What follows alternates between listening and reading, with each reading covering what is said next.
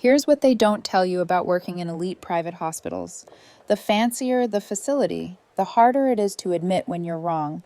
The more credentials stacked on a door, the less likely that person is to hear, maybe we missed something, from someone in scrubs. I'm Amara. I've been a pediatric nurse for 12 years. I'm good at my job, not because I'm smarter than anyone else, but because I pay attention. I read charts the way some people read novels. I notice when symptoms cluster, when timing matters, when the pattern everyone's ignoring is actually the answer screaming at you. But I'm also a 29-year-old black woman working in a field that still isn't sure what to do with me. I've learned to be strategic, diplomatic, to get doctors to the right answer without making them feel stupid. It's exhausting, but it's how you survive. Then I walked into room 304 and met Gia Park, 8 years old, sick for over a year. 15 specialists couldn't figure out why. And her father, let's just say he's the kind of man whose name you don't say out loud in certain parts of LA, was running out of patience with a medical system that kept taking his money and delivering nothing but shrugs. I'm going to tell you exactly what happened, how I saw what 15 doctors missed, how a mafia boss and a nurse formed the most unlikely alliance in modern medicine, and how the entire thing almost cost me my career until the moment when power and humility collided in a hospital boardroom and changed the way an entire institution thought about expertise. This isn't a miracle story. I didn't cure anyone. I just asked the right question at the right time. But sometimes in medicine, that's the difference between suffering and healing. November 4th, 2024, second week on the job. Private pediatric wing in Koreatown. The moment I saw Gia Park's chart, I knew something was wrong. Not with her, with the way every doctor before me had approached her case. They came from everywhere. Gunwoo spared no expense. Dr. Benjamin Strauss, pediatric neurologist from Johns Hopkins. Dr. Helena Voss, immunologist from Mayo Clinic. Dr. Richard Chen, genetics specialist from UCSF. 15 specialists over 12 months. Each one ordered the same battery of tests their predecessor had already run. MRI of brain and spine, normal. EEG monitoring, no seizure activity. Complete metabolic panel, within range. Autoimmune markers, negative. Genetic sequencing, inconclusive. I read consultation note after consultation note. The language shifted as months passed. Month 3. Etiology unclear. Recommend further neurological workup. Month 6. No organic findings. Month 9. Patient may be experiencing conversion disorder, physical symptoms with no identifiable medical cause. Conversion disorder. The diagnosis doctors use when they can't find answers and need someone to blame, usually the patient. One psychiatrist's note made my jaw clench. Patient demonstrates attention-seeking behavior. Symptoms appear exaggerated during parental presence. Recommend family therapy. Gia had read that note. An 8-year-old learned that when your body betrays you and doctors can't figure out why, they decide you're lying. Her mother, Minji, told me later that Gia stopped complaining about pain, stopped mentioning the burning in her stomach, started apologizing when her legs gave out. I'm sorry, Mama, I'm trying to stop. Trying to stop being sick. At Gunwoo nearly destroyed the office of the doctor who suggested exaggeration. Security intervened. Lawyers were called. But no amount of rage could force an answer from specialists who'd already decided the problem was in Gia's head, not her body. Here's what those 15 doctors missed. Rare immune disorders don't show up on standard tests. Mast cell activation syndrome, where immune cells release chemicals unpredictably, mimics everything. Neurological symptoms. Fainting, paralysis. But blood work drawn between episodes? Completely normal. You have to catch it happening. The morning I started her case, Gia had another episode. Breakfast arrived. 45 minutes later, her hands began shaking. Then her legs went completely limp. No explanation. Just a child falling apart while everyone watched. Then I walked in. Monday morning. 08:15 hours. Second week on the unit, first time assigned to room 304. I was the new transfer from Atlanta. Badge still looked factory fresh. No reputation here. No established relationships with attending physicians. Just another nurse rotating through a case everyone had already given up on. I read Gia's chart slowly. Not the way doctors skim for highlights, diagnosis, current medications, recent labs. I read every consultation note, every nursing observation, every parent update. I read what had been documented and what had been ignored. Pattern recognition is a skill they don't teach enough in nursing school.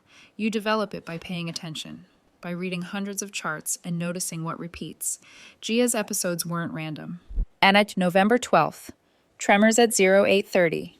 Breakfast served at 0745. November 18th. Fainting at 1345. Lunch at 12:30. November 23rd. Leg paralysis at 19:30. Dinner at 17:45. 45 minutes to 2 hours after meals, every single time. I flipped back through nursing notes. One observation from 4 months ago, never followed up. Patient's skin appeared flushed during episode, cheeks red, chest blotchy.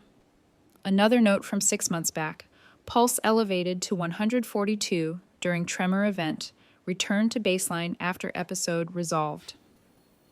Elevated pulse, skin flushing. Symptoms triggered by food. I found Minji in the hallway outside Gia's room. She looked like she hadn't slept in days. Probably hadn't. Mrs. Park, I have a question. Has anyone tracked specifically what Gia eats before her episodes? Minji's expression tightened, defensive. I recognized it. The look of a mother who'd answered 1,000 questions and gotten nowhere. Of course, the best doctors in the world have reviewed everything. Her diet, her schedule, her stress levels, I understand, I said gently. I'm not questioning what's been done. I'm asking if anyone has documented the exact foods, the timing, the correlation. She stared at me. You think it's food allergies? They tested for that. Everything came back negative. Not allergies, I said. Something else. That evening, I requested permission to observe Gia during dinner. Gunwoo was in the room when I asked. He turned slowly, his expression unreadable. You're a nurse, he said. His voice was cold, controlled. Doctors handle diagnosis. I met his eyes, didn't flinch. With respect, sir, sometimes nurses notice what others miss. Silence. Then, fine. On observe. Dinner arrived at 1800 hours. I pulled up a chair and waited. Grilled fish, white rice, seaweed soup, traditional Korean meal prepared by the private kitchen staff. Gia ate slowly, carefully. Like someone who'd learned that her body might punish her for something as ordinary as eating. I documented everything. Times, portions, how much she drank, the temperature of the room, her baseline vital signs, pulse, 88, respiratory rate, 16, skin, normal color. Minji watched me from the corner. Gunwoo had left, but instructed staff to notify him of anything significant. The resident on call, Dr. Patel, checked in once, saw me sitting there with a timer, and gave me a look that said nurses and their theories. I ignored it. 1845 hours, 45 minutes post-meal. Gia's right hand trembled, just slightly at first, a tremor in her fingers. Yeah, then her whole hand, then her arm. I moved quickly, checked her pulse, 126, elevated, checked her skin, flushed across her cheeks, red blotches spreading down her neck, checked her pupils, reactive but strained, like her body was fighting something. Gia, what does your stomach feel like? She whispered, like fire ants, burning. I stood, walked to the door, called for Dr. Patel. I need an antihistamine, diphenhydramine, 25 milligrams IV. He looked at me like I'd suggested treating tremors with apple juice. For neurological symptoms? Please, I said, calm, firm. Trust me.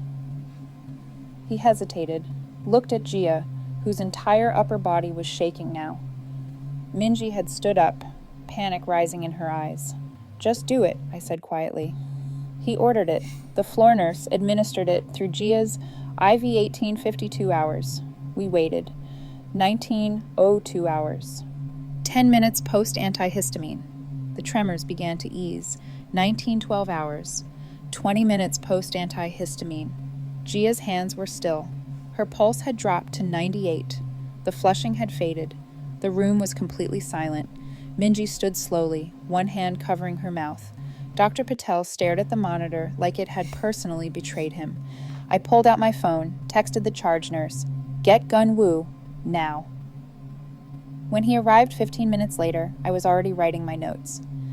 "Mr. Park, I'd like to request a mast cell activation panel. It's a rare immune disorder That's extremely rare," Dr. Patel interrupted. "We've already ruled out immune issues." I turned to him. "You've ruled out common immune markers. Mast cell activation doesn't show up on standard panels. It requires specific testing during or immediately after an episode. This is highly speculative. So is a child who sees 15 doctors without answers," I said. Gunwoo's voice cut through the room. "Run it." Not a question. A command. "Run the test." The mast cell activation panel required specific timing. Blood drawn during an episode when immune mediators were actively releasing.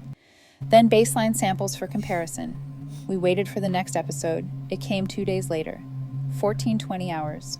Post-lunch. Gia's hands began shaking. I was there within 90 seconds. Drew blood while her pulse climbed to 138, while her skin flushed crimson, while she whispered about the fire ants burning inside her stomach. Samples went to the lab marked urgent. Serum tryptase, histamine, prostaglandin D2, chromogranin A. Baseline samples drawn the following morning when she was stable. Results took 4 days. November 10th, 16:30 hours. Dr. Patel called me into the conference room. Gunwoo was already there. Minji too. The lead immunologist from the original 15, Dr. Helena Voss, sat at the head of the table looking like she'd swallowed glass. Tryptase elevated to 18 during episode. Baseline is 4, Dr. Voss said quietly. Histamine levels 3 times normal during symptomatic period. Prostaglandin D2 significantly elevated. She paused. The diagnosis is mast cell activation syndrome. Silence. Then Minji. "What does that mean?" I answered before anyone else could. Mast cells are immune cells that release chemicals, histamine, tryptase, others, when they detect threats. In Gia's case, they're releasing unpredictably. Those chemicals affect her nervous system. That's why she has tremors, paralysis, fainting. It's not neurological damage, it's immune chemicals interfering with nerve signals. "Why didn't the MRIs show anything?" Gunwoo asked. "Because there's no structural damage," I said. Her brain and nerves are intact. The chemicals are disrupting function, not structure. That's why imaging appears normal. That's why 15 specialists missed it. They were looking for damage. But Gia's problem is chemical, not anatomical. Minji's voice broke. "So she's been sick this whole time. Really sick. Not psychological. Not in her head," I finished. "Never was." Gia had been quiet, listening. Now she looked up at me with those exhausted 8-year-old eyes. "So I'm not crazy?" I knelt beside her chair. "No, baby, you were never crazy. Your body was trying to protect you. It just got confused about what was dangerous. But now we know, and now we can help." She started crying. Relief, not pain. Gunwoo stood abruptly, walked to the window, his shoulders tight, silent. Minji sobbed into her hands. "Doctor." Ed Voss cleared her throat. "We'll start with H1 and H2 antihistamines, mast cell stabilizers, dietary modifications to avoid triggers. It's manageable, treatable." For the first time in a year, there was a path forward, not hope, something better. Answers. Treatment began immediately. H1 antihistamines, cetirizine twice daily.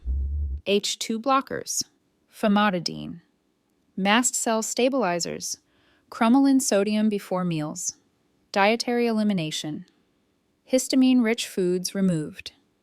Aged cheeses, fermented products, certain fish.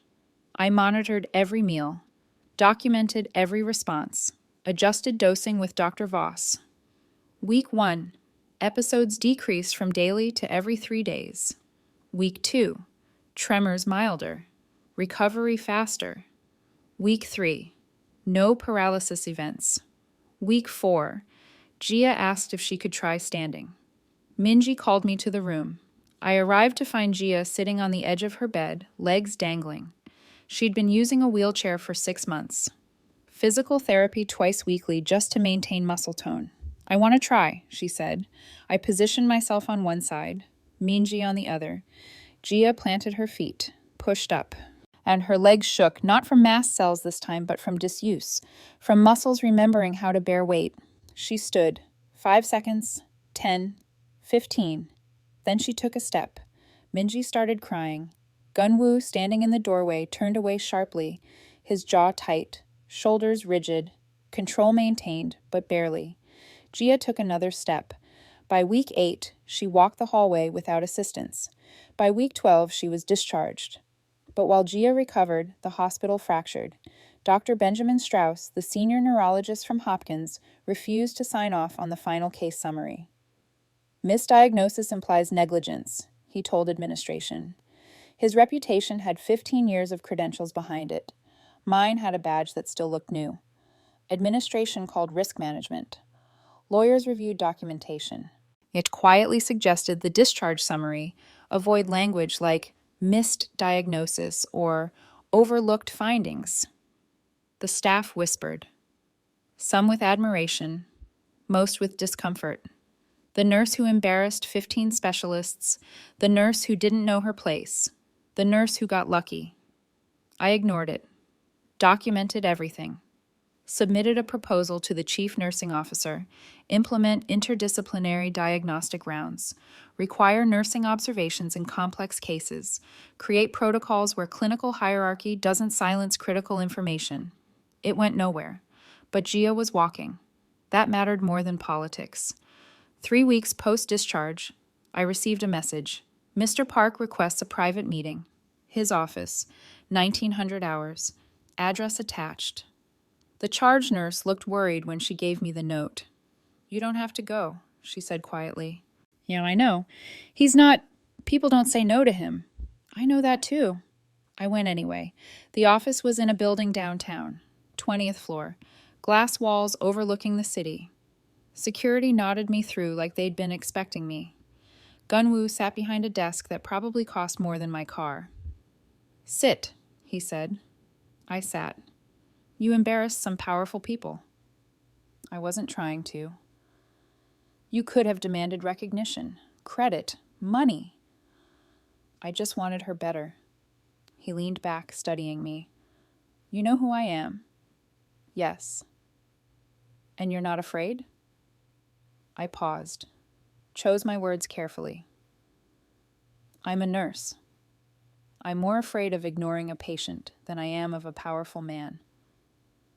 For the first time, Gunwoo laughed. Not cruel, real. The sound surprised me more than anything else in this entire case.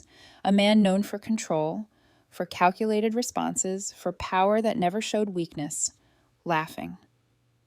He leaned forward, hands folded on the desk. 15 doctors, he said. Millions of dollars. A year of my daughter's life.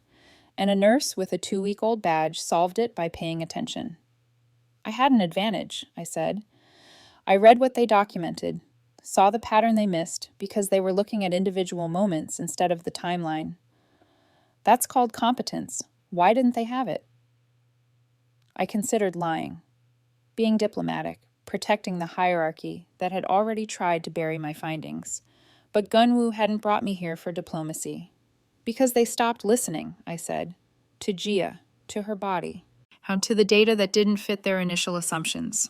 Once they decided it was conversion disorder, every symptom got filtered through that lens, confirmation bias dressed up as clinical expertise. And you didn't have that bias. I didn't have their egos, I said, then caught myself. No, you're right. He stood, walked to the window. I built an empire on knowing when to listen and when to act. but I trusted credentials over questions, deferred to authority instead of demanding answers. He turned back to me. That ends now. Silence. What would prevent this from happening again? He asked. Not just to Gia, to other children. Other patients specialists give up on because the answer isn't obvious. I hadn't expected that question. Education, I said slowly. Not medical school lectures. Real training. Can teach doctors and nurses together how rare immune disorders present, how to recognize patterns in documentation, how to listen to patients, actually listen when they describe symptoms, and create systems where nurses can challenge diagnoses without risking their jobs. That's specific. I've thought about it. Gunwoo nodded, returned to his desk, pulled out a notepad, wrote something. You have a proposal? Curriculum outline?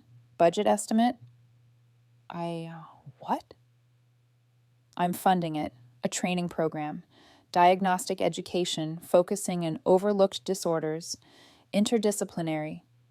Nurses and junior staff prioritized. He looked up. You'll design it. Mr. Park, I'm not qualified to. You saved my daughter. You're qualified. The hospital won't support this, and administration already tried to bury. The hospital will support what I fund. His voice was quiet, absolute. And they'll be grateful for the opportunity. He slid the paper across the desk. An anonymous donation, 7 figures. One condition, he said. I waited. The neurologist who called my daughter a liar? He attends the first seminar. I smiled. I can arrange that. 6 weeks later, the Pediatric Diagnostic Awareness Initiative launched quietly. Anonymous donor. 7-figure endowment. Hospital administration accepted with enthusiastic press releases and carefully worded gratitude that avoided admitting why the program was necessary. The curriculum focused on what 15 specialists had missed. Module 1, rare immune disorders that mimic neurological conditions, mast cell activation syndrome, autoimmune encephalitis, periodic fever syndromes. Module 2, diagnostic bias recognition, how initial assumptions filter subsequent data, how psychosomatic becomes a diagnosis of exclusion when doctors run out of ideas. Module 3, nurse-led observation protocols, empowering bedside staff to document patterns, challenge diagnoses, and contribute to diagnostic reasoning without fear of hierarchical retaliation. Module 4, patient narrative analysis, teaching clinicians to listen to how patients describe symptoms, not just what tests reveal. I co-designed it with Dr. Voss, who'd quietly apologized 3 times for missing Gia's diagnosis. The nursing director contributed protocols. A medical anthropologist added sections on cultural humility and implicit bias, and Dr. Benjamin Strauss, senior neurologist from Hopkins, received a mandatory invitation to the inaugural seminar. He attended, seated in the back, arms crossed. The seminar took place in the hospital's main conference room. 60 attendees, physicians, nurses, residents, medical students.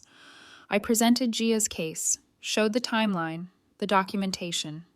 The pattern everyone missed because they were looking for structural damage instead of functional disruption. Then Gunwoo walked in. The room went silent.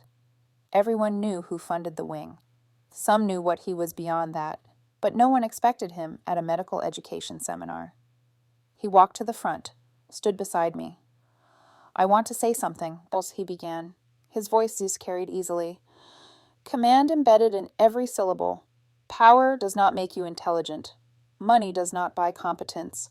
Titles do not make you right. Listening does. He turned to face the audience. My daughter suffered for a year because people with credentials stopped listening to her, stopped believing her, decided a child describing fire ants in her stomach was exaggerating for attention. Dr. Strauss shifted in his seat. This nurse. Gunwoo gestured to me. With 2 weeks on the job, saved my daughter by doing something radical. She paid attention. She asked questions. She trusted the patient. He paused, then did something no one in that room would forget. He turned to me and bowed. Not a nod, a full, formal bow. Respect given from someone who commanded it from everyone else. My daughter walks because you paid attention, he said quietly. The room stayed frozen. A mafia boss bowing to a nurse. Humility from a man who'd built an empire on power. When he straightened, he looked at Dr. Strauss. Learn from this. All of you. Then he left.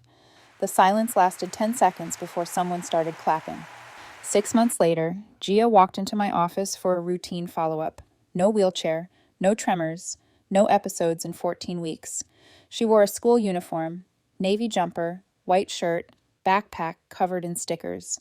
Her hair pulled back in a ponytail secured with a bright yellow scrunchie.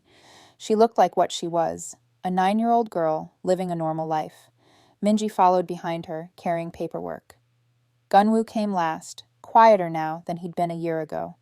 Different kind of quiet, not the controlled fury of a man watching his daughter suffer. Something softer. Vitals look good, I said, reviewing her chart.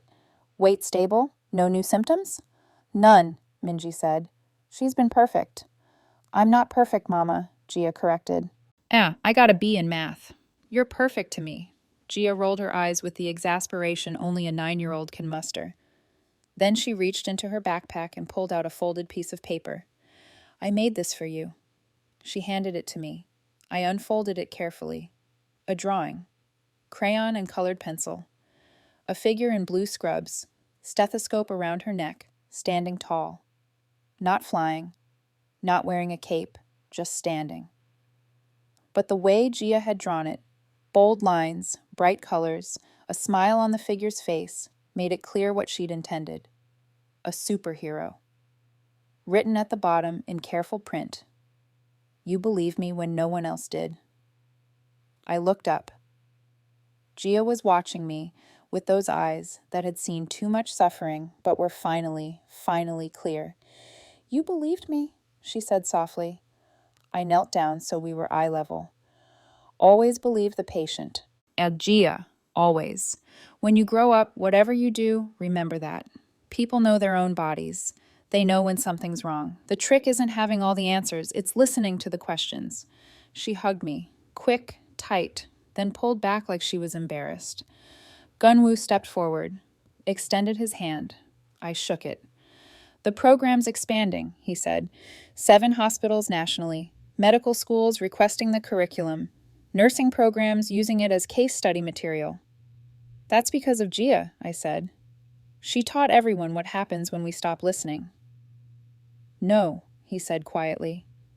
You taught us. She just gave us the reason to learn. He looked at his daughter, who was now chattering with Minji about a school field trip. I built everything on control, he continued, on power, on making people afraid to say no. But power didn't save her.